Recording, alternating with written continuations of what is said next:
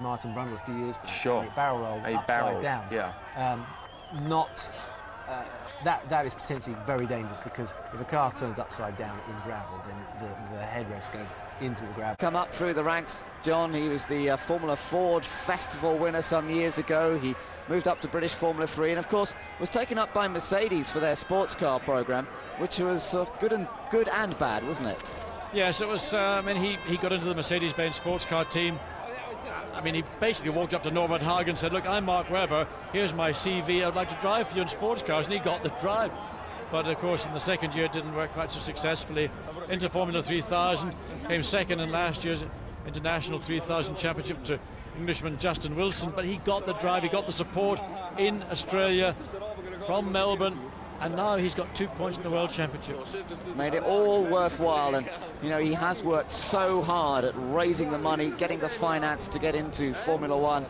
He applies himself to every aspect of being a racing driver, whether it's the fitness, whether it's the technical side in the car, and whether it's the commercial side, which you have to do nowadays as a driver trying to make your way.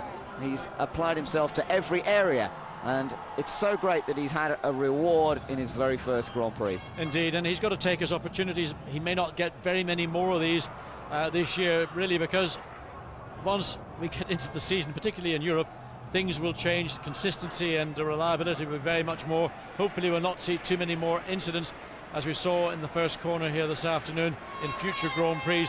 Luckily, enough runoff area and space for everybody to come to a stop safely, and everybody was able to walk away uninjured, and great to see that. It's a funny world, isn't it? I bet last year hardly anyone, even in Australia, knew Mark Webber's name.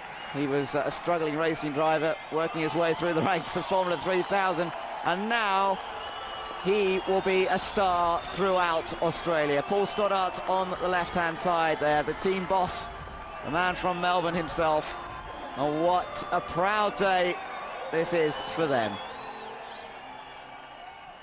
And such a great sight to have them up on the podium.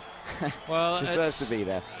Let's say he's up on the podium. What will happen, I don't know, but in Australia, and you've got an Australian team owner and an Australian driver, I think that everybody will be more than delighted. The emotion of the occasion is so powerful that really it's appropriate right now.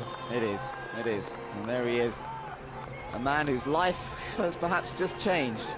And ironically, the sponsors of the race are Foster's, of course, the most famous, internationally known lager in the world, I would say, these days.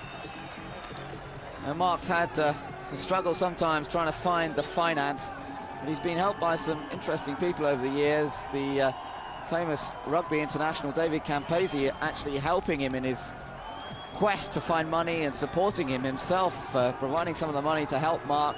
And now David, amongst so many of his supporters, will see it's all been worth it.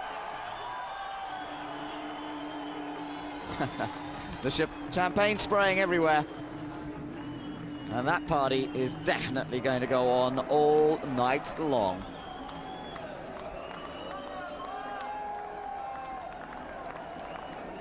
Paul Stoddart, the man who's made his fortune basically out of buying and selling aircraft parts, and then from that creating his own airline, and now he's bought a whole new fleet of planes and is involved in flying Formula One personnel all over the world.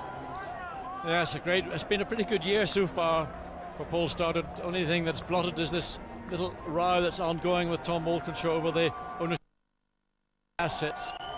But nonetheless, that's behind everybody right now. Ron Walker, Paul Stoddart, Mark Webber, absolutely over the moon.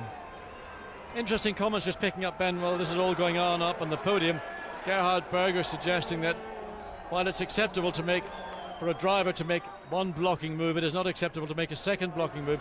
And he's sort of implying that Rubens, having gone over to the right side of the track, then came back to the left, and maybe that isn't quite as correct as we might have been led to think from Rubens' comments after he got back to the pits.